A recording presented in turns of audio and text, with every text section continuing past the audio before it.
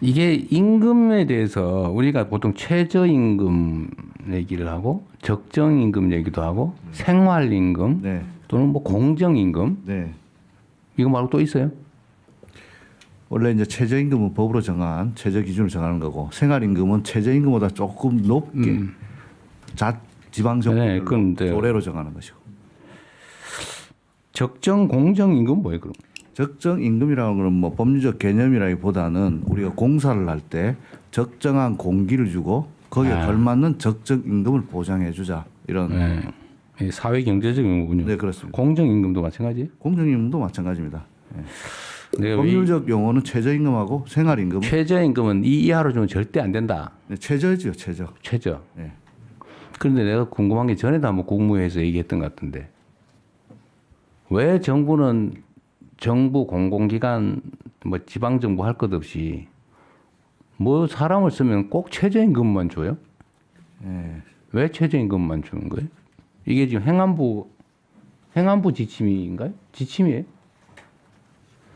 왜냐하면 최저임금은 이 법으로 이 이하는 주면 안 된다는 최저선을 금지선이지 그거만 주라는 게 아니죠. 적정한 임금을 줘야 될 거 아닙니까? 맞습니다. 그리고 특히 나는 기업들은 돈 벌기 위해서 사실 법이 허용하는 또 사회적으로 용인되는 법에서 최저로 주고 이익을 최대하고 뭐 그건 심정적으로 이해하는데 정부는 돈을 잘 쓰는 게 의무인 조직이잖아요. 뭐 저축하는 게 정부가 하는 일이 아니잖아요. 잘 쓰는 거, 효율적으로 쓰는 거. 근데 그 외 사람들을 쓰면 그 노동에 상당한 적정한 임금을 줘야지 법이 허용하는 최저를 주냐고요. 그래서 공공기관 같은 데는 표준 노인 단가라는 게 있습니다. 최저임금보다 조금 높게 말하자면 지방정부에서는 생활임금처럼. 생활임금 뭐 어디 한 데는 얼마 안 되고 다 최저임금 주고 있었어요. 네, 그래서 표준 노인 단가. 다른 기관들은 어떠세요? 다른 정부들은? 다른 부처는 어떠세요? 어쨌든 그게 이제 최저임금 말고 적정임금 예, 줘요? 그게 이제 기관별로 사실은 공무직 같은 경우 다 틀립니다.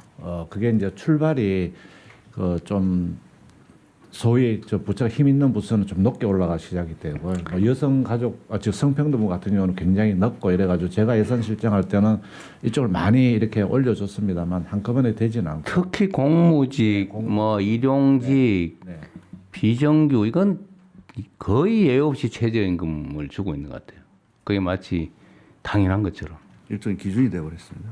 그래서 이거를 뭐 노동부에서 좀 무슨 선전 작업을 하든지 해서 이걸 인식을 바꿔야 해요. 최저임금은 법이 허용해서 절대로 그 이하로 주면 안 되는 금지선이지 그 권장되는 임금이 아니잖아요. 네, 그럼 정부는 적정하게 노무의 대가에 상당한 대가를 줘야죠. 그래서 이것도 그래서 뭐든지 최저임금을 주는 게 마치 잘하는 것처럼 생각하는데 그렇게 하면 저는 안 된다고 생각해요. 적정 임금을 줘야지. 그래서 각 부처에서 고용을 할 때 이럴 때도 특히 비정규직에 대해서 일용직이든 뭐 이런 비정규직에 대해서는 더더욱 적정 임금을 줘야 된다. 그리고 제가 전에도 한번 말씀을 드렸는데 똑같은 노동에 대해서 똑같은 대가를 지급하는 건 일반적인 상식이잖아요. 그래야 되는 거지. 네. 물론 현실적으로 못 그런 경우가 있지만. 그러나 정부는 선도적 역할을 해야 될 거 아닙니까? 그러면 기본적으로는 동일한 노동에 대해서 동일한 임금, 동일한 적정 임금이 주어지게 해야 되는데 정부 역시도 똑같은 일을 지키는데 그 정규직, 그러니까 안정된 고용 안정성이 있는 쪽이 임금이 더 많아요. 그런데 잠깐 쓰는 똑같은 일을 하는 사람의 임금이 더 적어요. 그 최저임금 주고 그런단 말이에요. 근데 원래는 저는 반대가 돼야 된다고 생각해요. 고용 안정성이 떨어지면 그에 대한 보상도 더 추가로 줘야 된다. 이게 이제 호주 같은 데가 그렇게 하고 있다는 거 아닙니까? 네. 대체적으로 합리적인 사회는 똑같은 일을 하되 비정규직은 더 많이 주는 거예요. 근데 우리는 똑같은 일을 하는데 비정규직은 더 적게 줘요. 한 5, 60%밖에 안 준다는 거 아닙니까? 사회 평균적으로. 저는 이게 우리 사회의 발전 가능성 가로막는다고 생각하거든요. 그럼 정부부터 먼저 좀 이렇게 모범이 돼야 된다. 특히 노동부가 한번 조사 한번 해보세요. 알겠습니다. 그 저기 소속 기관 또는 아니면 노동부 자체가 고용 임시직으로 누군가를 쓸 때 정말로 적정 임금을 주고 있는지. 제가 보기엔 거의 최저임금 주고 있을 겁니다. 정부 전체적으로 또 공공 영역, 공기업 이런데도 이 임금에 대해서는 좀 생각을 근본적으로 바꿀 필요가 있으니까 노동부가 그거 좀 챙겨보세요. 알겠습니다. 우리 정부가 네. 공공부문의 모범적인 사용자로서 그럼요. 할 수 있도록 대한민국 최대 사용자가 정부 공공기관 아닙니까? 그렇게 하겠습니다. 그죠? 네. 그리고 또 한 가지는 제가 경기도 이때 한번 그 실제로 시행을 하다가 나왔는데 퇴직금은 1년이 지나야 주는 거잖아요. 예, 1년 이상 근무하는 자에 한해서. 근데 왜 11개월, 15일 된 사람은 왜 안 주는 거예요? 그래서 이제 그 제도를 이제 악용하는 경우. 그러니까 그래가지고 맨날 정부가 그러고 있어요. 정부도 사실은 2년 지나면은 정규직 된다고 이 1년 11개월 만에 다 해고하죠. 계약도 아예 1년 11개월만 하죠. 또 퇴직금 안 주겠다고 11개월씩 계약하고 있어 지금 전부 다. 그리고 한 달 쉬었다 다시 채용하죠. 정부가. 나는 민간이 그러는 거 이해해요. 돈 벌어야 되니까. 정부가 그러면 됩니까? 그건 말이 안 되잖아. 정부가 부도덕해요.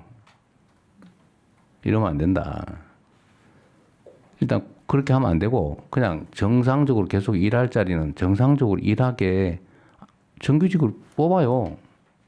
예, 상시 지속 업무에 대해서는 그럼 상시지적으로 쏘면 당연히 상시 아니 그게 정부가 먼저 해야지. 노동부는 잘하고 있는지 한번 챙겨보세요. 노동부부터 잘 챙기겠습니다. 다른 부처가 그렇게 하고 있는지 챙겨보세요. 예. 다른 부처에 대해서 시정 명령하세요. 알겠습니다. 예, 다른 부처에 대해서 다른 부처는 시정 명령 당하기 전에 미리 알아서 정리하십시오. 그러지 마십시오. 그리고 1년 지나면 10%를 더 주는 거잖아요. 쉽게 말하면 대충 한 달치를 더. 한 달치 더 주는 거잖아요. 12분의 1. 그 전에도 주세요. 웬만하면. 그래서 이걸 공정임금. 그래서 나갈 때 더 짧으면 더 많이 줘야 된다고요. 한 달밖에 일 못한 사람은 12분의 1을 줄 게 아니고 더 줘야지. 근데 그렇게 못할 망정. 근데 그것도 연구를 좀 해보세요. 네, 더 어려운 사람이 더 억울하게 하면 안 되죠. 알겠습니다. 똑같은 일을 하면 똑같은 조건을 못 해준 망정. 불안정하고 힘없다고 적게 주면 되겠습니까? 이게 사회적 문화이기도 하거든요. 제가 꽤 길게 얘기한 이유를 잘 감압해 주시기 바랍니다. 예, 명심해서 잘 준비하겠습니다. 한 가지 덧붙여서 말씀드리면 정부 청사에 지금 청소하시는 노동자분들 최저임금 이제 입사하면 받는데 10년 지나도 똑같습니다. 그래서 그 부분이 있는데요. 예. 하여튼 그런 얘기예요. 예, 예. 말씀하신 대로 북유럽 국가들 덴마크, 스웨덴 등등 기간제, 시간제, 비정규직 터줍니다. 더 줘야 되는 건 내가 말씀드린 거예요. 하여튼 맞는 말씀이시고요. 통일부도 있나 잘 찾아보세요. 있을 거예요. 알겠습니다. 특히 산하 기관들.